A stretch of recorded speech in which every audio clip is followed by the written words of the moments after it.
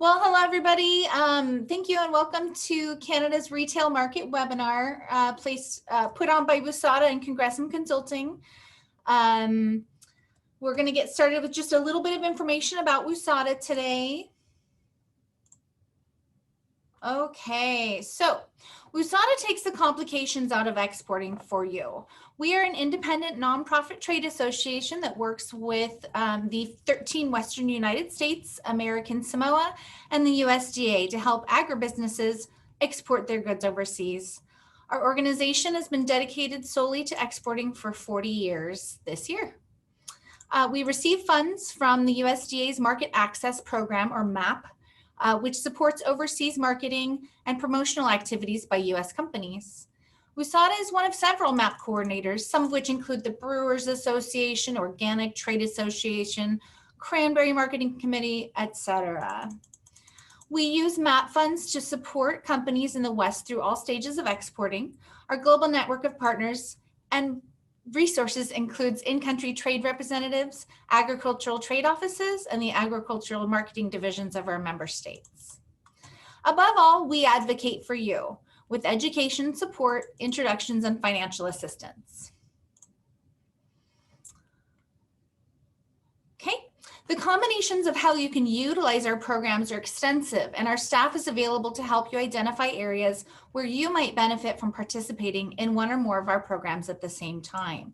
And we'll make that information available to you at the end of this presentation. Okay, this is just a quick kind of calendar of some virtual events we have coming up. We do have a Europe and Middle East dried fruit and nut virtual mission that's happening November 30th through December 17th, 2020. This is open for registration now if this is something you're interested in. And then, of course, we will have our Canada one-on-one consultations coming up in about a week. We will be posting registration for that very soon. Okay, is Catherine here? Oh, I don't see Catherine. If you want, Christy, I can fill in. Oh, that would be great. Sure. So I don't have a bio for Evan. Do you want to tell us That's quite all right. Yeah, I'm fully prepared and more than sufficiently used to doing self-introductions. Good afternoon, everybody. My name is Evan Mangino. I'm an agricultural attaché here at the USDA's Office of Agricultural Affairs in Ottawa. I've been up in Canada now for 3 years, and I've got another year left on the clock. My Minister Counselor, Ms. Katie Nashura, who may be joining us shortly, just arrived this summer, and she'll be with you for another couple of years. I've been running the marketing program up here for the last 3 years. We have offices in Toronto, in Ottawa, and in Montreal, and our purpose here really is to, just like Usada, represent your best interests in Canada. So we're here to help support Usada in all the activities that they're running, and we also do kind of broad national efforts that involve all of the SRTGs, the state regional trade groups, including your friends down in the southeastern US and the northeast and midwestern United States.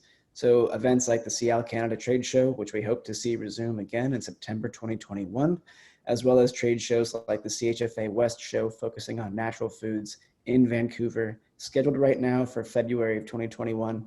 We hope to continue to support. So if there are ever any questions that you all have about market access issues, about labeling requirements, trade requirements, please contact Henry, please contact Christy, please contact us.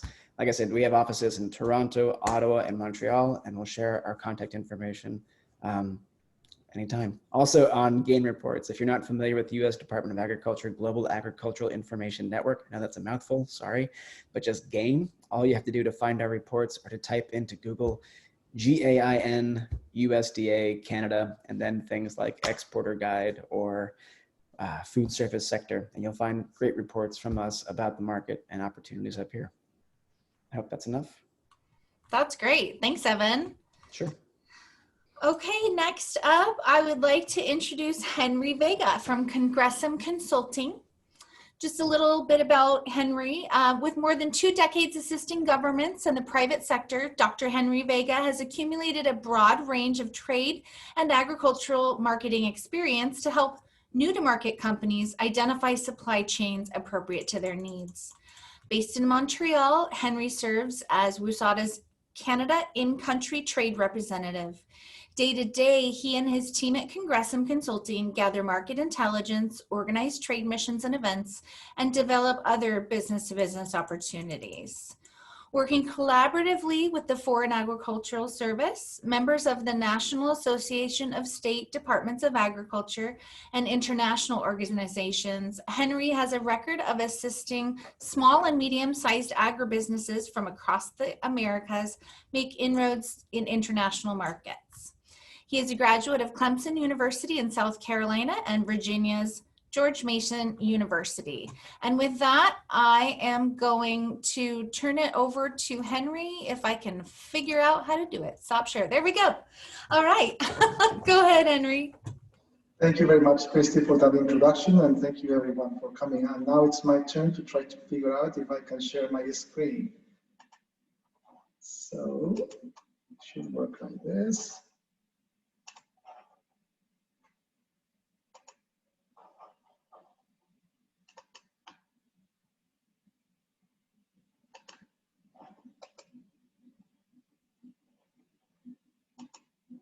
Christy, can you see my screen okay? Yep, sure can. Okay, excellent. Okay, we succeeded at something this morning. Okay, bonjour tout le monde. Good morning, everyone. Thank you for taking the time to virtually explore Canada's retail sector. And congratulations for your interest in doing business with your friendly neighbor to the north. Canada is a dynamic country and on a mission to achieve long-term sustainable economic growth. More importantly, Canada is the US largest trading partner. My name is Henry Vega, and I'm excited to represent Usada in Canada as their trade representative.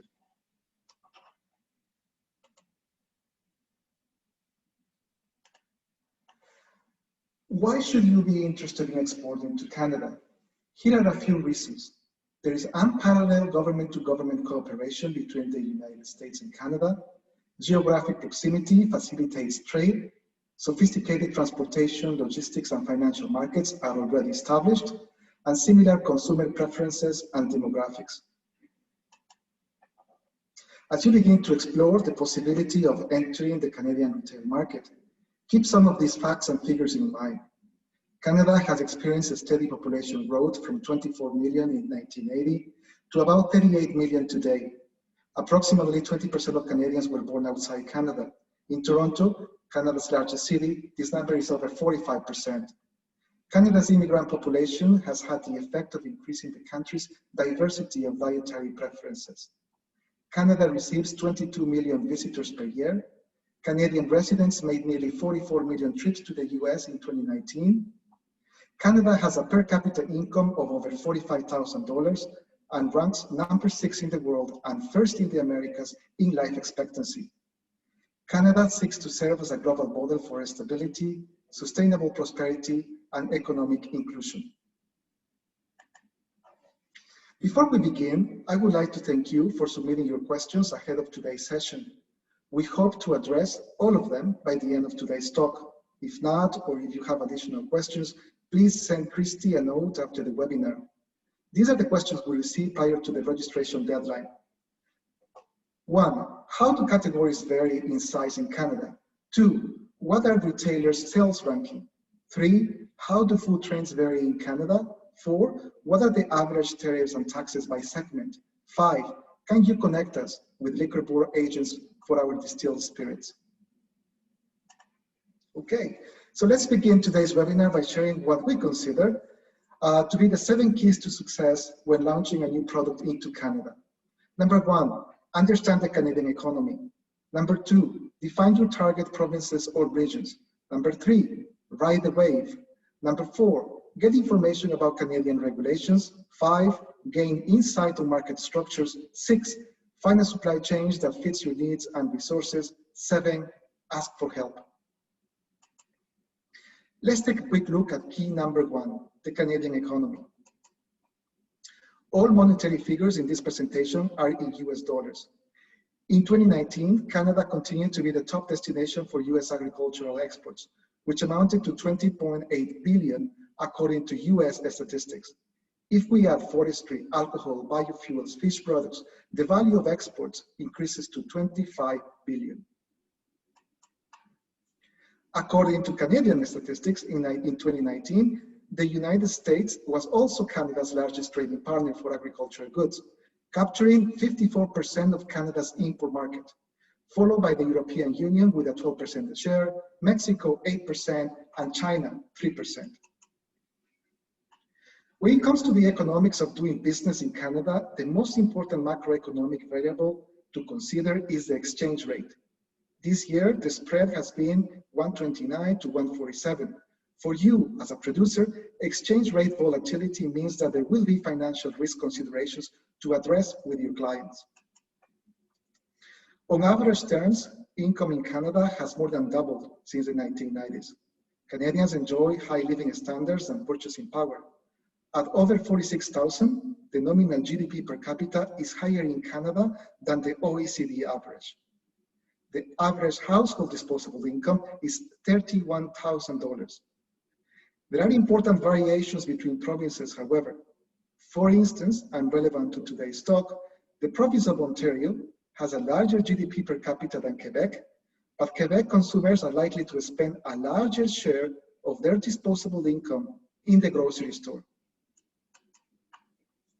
In addition, Canada is a free trade partner with the United States. Under the former NAFTA agreement, Canada and the US eliminated almost all tariffs and quantitative restrictions on agricultural goods and strengthened scientific and technical cooperation to facilitate trade. The new US-Mexico-Canada agreement, USMCA, known as CUSMA or ASEUM in Canada, is expected to further strengthen the bilateral agricultural relationship between the two countries and create new export opportunities for US agriculture. Canada is the world's largest country by landmass after Russia. Consequently, from the start, it's important to identify the regions and provinces which you want to target. This takes us to key number 2. Let us take a moment to look at the geography of Canada. Most Canadians live within approximately 200 miles of the US border. The most populated province is Ontario, followed by Quebec and British Columbia. Usada's mainland member states are bordered by the Canadian provinces of British Columbia, Alberta, Saskatchewan, and the Yukon Territory. The metropolitan areas with the largest populations, from left to right on the screen in orange, are Vancouver, 2.7 million, Calgary, 1.5, Edmonton, 1.4, Toronto, 6.5, Ottawa-Gatineau, 1.4, and Montreal, 4.3. To make it easy to become familiar with Canada's geography, let us think of the country as an integrated network of 5 regions, from west to east: Western Canada, Prairies, Ontario, Quebec, and Atlantic Canada. The normal tendency is to market to the largest population, Toronto, but your company could also benefit from exploring other Canadian mega regions and secondary markets, such as the Calgary-Edmonton corridor in Alberta with a population of 3 million, or the Ottawa-Gatineau capital region shared by Ontario and Quebec with 1.4.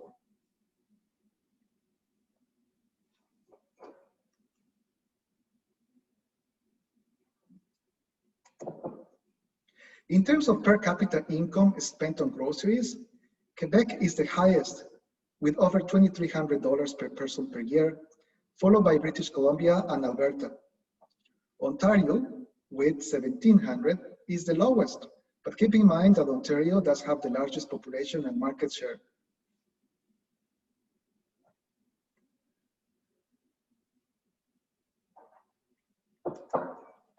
A few questions to consider. Why do I really want to be in Canada?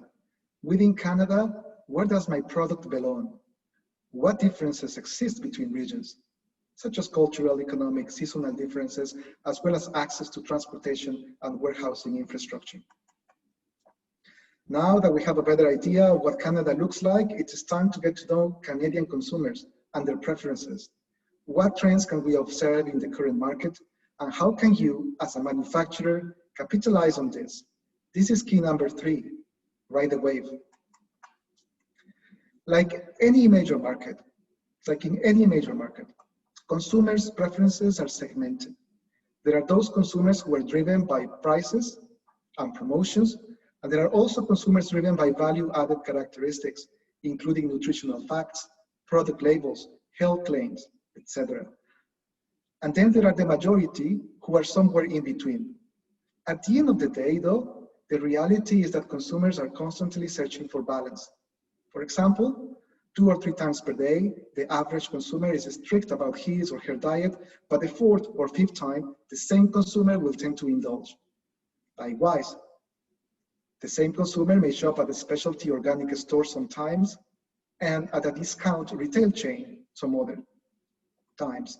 In saying this, my view is that there are opportunities for all types of Usada companies in the Canadian market.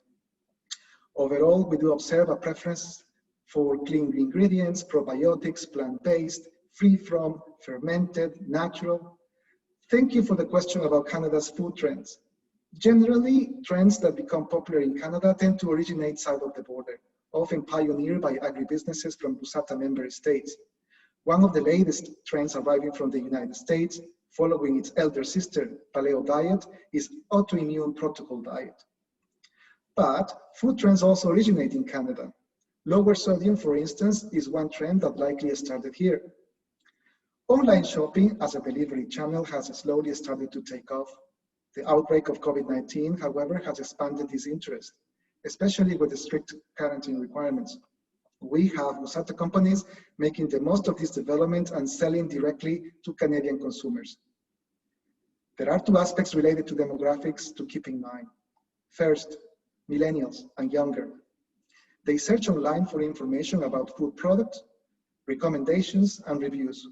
It's particularly important to have not only an online presence, but also a digital presence that reinforces the characteristics of your product and the way you do business. Second, new Canadians. New Canadians are the force behind an increase of sales in new and exotic food products. 3 major groups that drive this trend include new Canadians born in India, China, and the Philippines. Another question for today's presentation was about the size of the main product categories. The estimated total of food store sales in 2019 was 77 billion. The grocery sector has been growing at 1.5% per year. The natural and organic channels have experienced a 10% growth, representing over 6 billion in sales. The estimated value of produce consumption in Canada is more than $10 billion a year, with 4 out of $5 being spent on imported products. Canadians, especially Quebecers, are known for their high consumption habits of fruits and vegetables. There were a couple of questions about alcoholic beverages. In Canada, alcohol's trade, there is a monopoly on the importation of alcoholic beverages by provincial liquor boards, whether the importation is from a foreign country or from another province. By virtue of existing legislation, importers and consumers in Canada cannot bypass the intermediary of the provincial liquor boards by importing directly. Within this framework, in the Canadian fiscal year of 2018-2019, total wine sales by liquor stores reached 5.8 billion. Beer sales rose to 7.2 billion, and sales of spirits increased to 4.4 billion. Sales of ciders, coolers, and other refreshment beverages reached 850 million, making it the fastest growing beverage type by sales for the 7th year in a row. The landscape for the market of prepared foods has changed significantly in the last few years, and even more so in 2020. Last year, the Canadian food service sector grew 3% to nearly 71 billion. In 2020, a recent FAS report states, however, that Canada's commercial food service sales might be down as much as 30 billion from 2019 levels. Questions to consider. Does my product fit with any of the value-added categories? What makes it stand apart from the competition? Does my existing brand and brand image work in the current market, or does it need to be modified? Key number 4, regulations. The most recent regulatory development that will affect your business is the Safe Food for Canadians Act, which consolidated 14 sets of regulations, including the organic regulations, into one. The three main components of the CFCR are licensing, traceability, and preventative controls.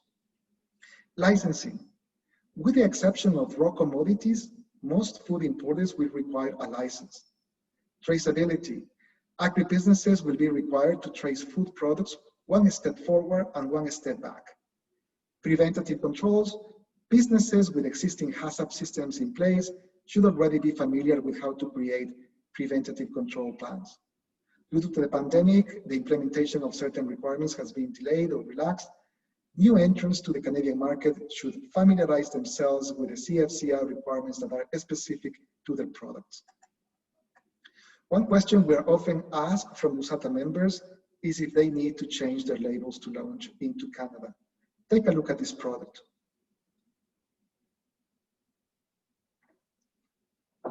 What stands out to you in terms of packaging?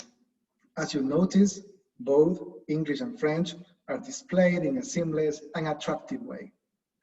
French officially became Canada's second language in 1969. Today, there are approximately 18 million Anglophones, that is people who speak English as a first language, and 7 million Francophones, people who speak French as a first language. Most Francophones live in Quebec. In Canada, the nutrition facts label on packaged foods and drinks is known as the Nutrition Facts Table. To enter Canada, your product's packaging must include bilingual language and follow Canada's own reporting requirements. Some questions to consider. What regulations are specific to my HS code? What changes do I need to make in terms of labeling, nutrient function claims, and packaging? And this is actually a question from the audience. Are there any remaining tariffs and taxes?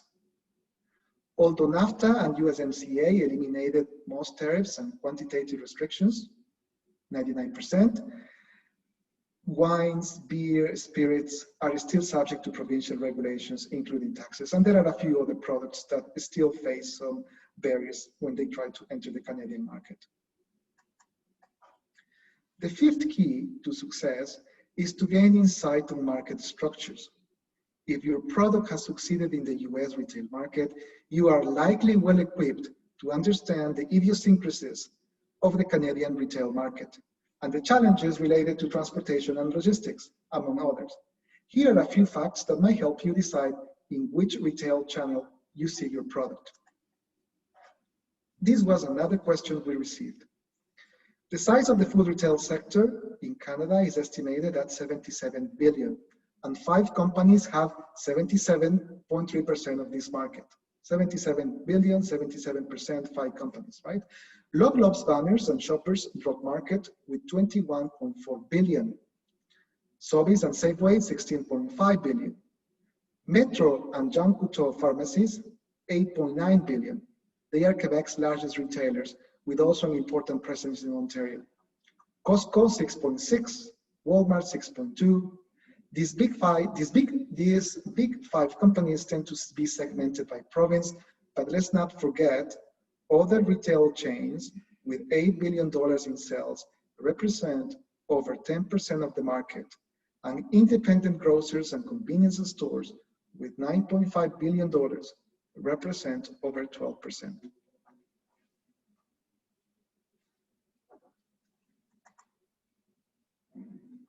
Here are a few questions to consider. What are the expected costs associated with doing business with the big 5 retailers? Are there any other transaction costs? What can I do if the big retail chains are not interested in my product? Should I start small and target an independent grocer? Some of the costs of doing business in Canada may already apply to your US supply chain. The lessons you learn when launching into your own state or in a neighboring state will prove very valuable. Bilingual labeling and other Canadian compliance requirements applicable to you, as well as foreign exchange risk, may be new and are worth exploring in more depth. Let's take a look at key number 6, find a supply chain that fits your needs and resources. In Canada, the dominant retail model includes a broker, a distributor, and a retailer. But what do they do exactly? A broker does not take title of your product, serves as your salesperson on the ground, requires a retainer fee to make a pitch for your product to retailers, and once a level of sales is achieved, average broker fees become 5%. The distributor. A distributor has access to transportation, logistics, and warehousing infrastructure. Tends to be an established company and may choose to act as a broker while also taking title to your exports, effectively becoming an importer. Distributors have established relationships with retailers, but they do typically serve more as order takers than salespeople. A good relationship with the specialized distributors will be key for products with limited shelf time and those requiring refrigeration. In my opinion, though, this model is changing in Canada and evolving. We are likely to see much leaner supply chains soon, especially post-COVID. Answering these questions will assist you in your journey to Canada. Do I need a broker? How can I reduce cost depending on my location and my customer's location? How am I going to get my product to my target region? Less than truckload and less than container load shipping for Hawaii and also air freight can be prohibitively expensive. Do I have options? Have I explored alternative Incoterms? The cost of doing business may seem very high, but it does not need to be. It can be done at a suitable and reasonable cost. For example, Secret Aardvark is a Portland-based company with a very approachable brand image and tone that successfully expanded to Canada. Its habanero hot sauce is now available at IGA. Expect to build partnerships and to negotiate. Come to the table at the right time and come prepared. Keep in mind that there are more than 7,000 independent grocers and convenience stores. And if you haven't tried Secret Aardvark, maybe it's time to try it. Okay, sorry about that. Finally, as a Usada member, you can always ask for help. Navigating through all this information can be overwhelming, but please, you are not alone. Key number 7 is ask for help when you need it. Does it feel like there are still too many pieces to the puzzle? The good news is that you have access to partners and resources on the ground to support and inform you along the way. The USDA Food and Agricultural Service, your State Department of Agriculture, Usada and its contractor on the ground in Canada, right here in the mega region of Montreal, Quebec City, a market of an enormous potential for products from US Western states. Please remain an active member of Usada. We are planning activities for the next year that will allow us to connect you with buyers for the categories of your interest. We're working on a new resource, Go Canada, an initiative funded by Usada and made possible with the generosity of Usada member companies, willing to share their story with other Usada members.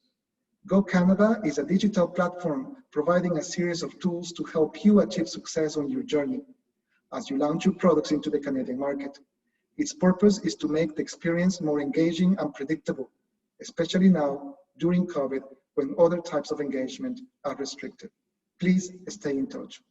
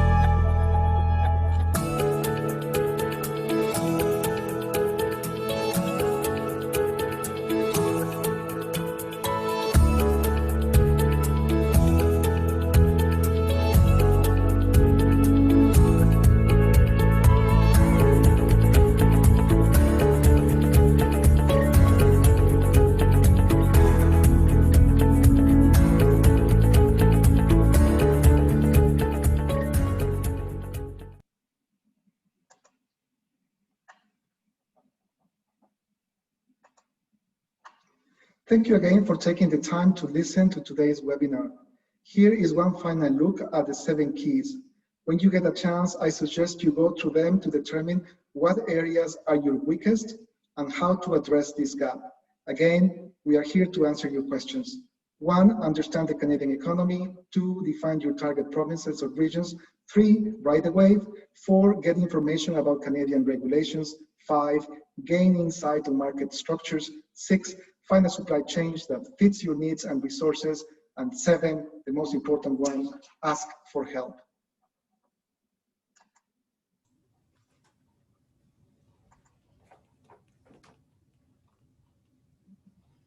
That was great. Thank you so much, Henry. Thank you, Christy. I hope it was useful and that you guys, especially south of the border, enjoyed this presentation. Yeah, it was great. Okay, I'm going to share my screen one more time.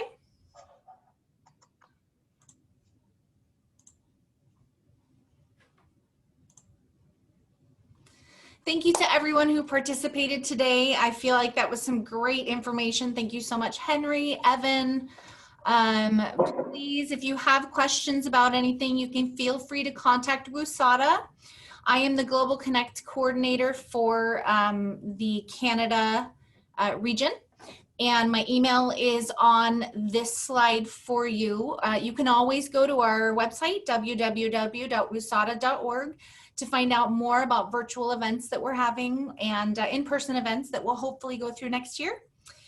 This webinar was recorded and will be available on our Usada site fairly soon. We will also be sending out a PDF of the presentation to our attendees today. So thank you so much for being here, and we hope you have a wonderful day. Thank you. Bye, everybody. Bye.